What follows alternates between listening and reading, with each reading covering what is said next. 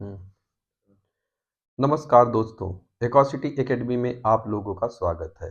आज हम अपने इस वीडियो में बात करेंगे कि जब कभी आप कोई पुरानी कार या पुराना वाहन परचेज करते हैं और उसका रजिस्ट्रेशन अपने नाम करवाते हैं और उसकी इंश्योरेंस पॉलिसी को अपने नाम नहीं करवाते हैं, तो आपको किस प्रकार की दिक्कत का सामना करना पड़ सकता है। तो चलिए एक उदाहरण के द्वारा हम समझते हैं कि किस प्रकार की दिक्कतों का सामना आपको भविष्य में करना पड़ सकता है। मोटर वाहन अधिनियम की धारा 157 कहती है कि जब कभी आप कोई पुराना वाहन परचेज करते हैं और उसका ओनरशिप जो है अपने नाम ट्रांसफर करवाते हैं, तो उसका जो इंश्योरेंस पॉलिसी है वो स्वतः आपके नाम ट्रांसफर हो जाती है। लेकिन इसके लिए आपको जो है 14 दिन के अंदर इंश्योरेंस कंपनी को एप्लीकेशन दे के बताना होता है कि इस वाहन को हमने परचेज कर लिया, यानी इसका मालिकाना हक चेंज हो गया है। अगर आप इंश्योरेंस कंपनी को इस बारे में नहीं बताते हैं और आगे चल के आपके वाहन से कोई दुर्घटना होता है, किसी व्यक्ति की मृत्यु हो जाती है, तो इंश्योरेंस कंपनी आपके दावे को, आपके क्लेम को खारिज कर सकता है, यानी आपको रेमेडी देने के लिए मना कर सकता है। अब हम एक केस के द्वारा इस पूरे प्रकरण को समझेंगे कि ऐसे केस में पुराने मालिक के हक पे क्या प्रभाव जाता है, नए मालिक के हक पे क्या प्रभाव जाता है और थर्ड पार्टी को जो है किस तरीके की रेमेडी मिलती है। एक केस है जिसमें एक व्यक्ति जो है एक पुरानी कार परचेज करता है और उसका ओनरशिप अपने नाम ट्रांसफर करवाता है, लेकिन इंश्योरेंस पॉलिसी को अपने नाम ट्रांसफर नहीं करवाता है। आगे चल के उसकी गाड़ी जो है, उसके वाहन से एक दुर्घटना हो जाती है जिसमें एक व्यक्ति को गंभीर चोट आता है।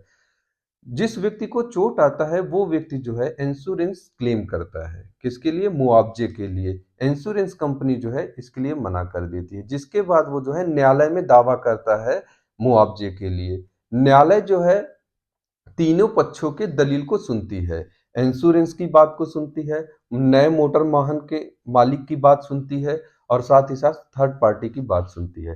थर्ड पार्टी दलील देता है कि उसे जो है दुर्घटना में गंभीर चोट आई है और जिस समय उसको चोट आई थी, इंश्योरेंस पॉलिसी जो है वैध थी। वो ट्रांसफर हुई थी या नहीं हुई थी, इस बात से उसे कोई फर्क नहीं पड़ता, क्योंकि थर्ड पार्टी इंश्योरेंस का उद्देश्य होता है थर्ड पार्टी को सुरक्षा देना, यानी थर्ड पार्टी को मुआवजा देना। इसके बाद इंश्योरेंस कंपनी दलील देता है कि इस गाड़ी का ओनरशिप ट्रांसफर हुआ है लेकिन इंश्योरेंस पॉलिसी ट्रांसफर नहीं हुई है, जिसके लिए हम जो है मुआवजा देने के लिए बाध्य नहीं है।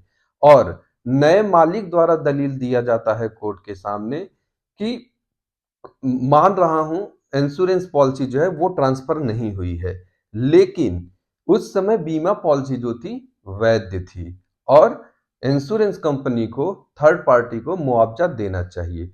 कोर्ट सभी दलीलों को सुनता है और उस पे जांच करता है। जांच करने के बाद कोर्ट एक निर्णय पे पहुंचता है।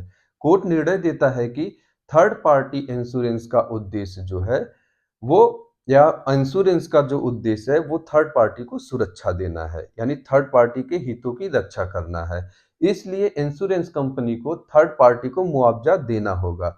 लेकिन अगर इंश्योरेंस कंपनी को लगता है कि उसके जो नॉर्म्स हैं, उसके जो रूल्स हैं, उसको फॉलो नहीं किया गया है, यानी रूल के अकॉर्डिंग पॉलिसी को जो है ट्रांसफर नहीं कराया गया है, तो इंश्योरेंस कंपनी थर्ड पार्टी को मुआवजा देने के बाद नए मोटर वाहन मालिक से या पुराने मोटर वाहन मालिक से मुआवजे की मांग कर सकती है, यानी पैसे की रिकवरी कर सकती है। तो इस पूरे वीडियो से, इस पूरे उदाहरण से हमें समझ में आता है कि जब कभी हम वाहनों का खरीदें या वाहनों को बेचें, तो उसके ओनरशिप के साथ साथ उसका इंश्योरेंस भी जरूर ट्रांसफर करवाएं।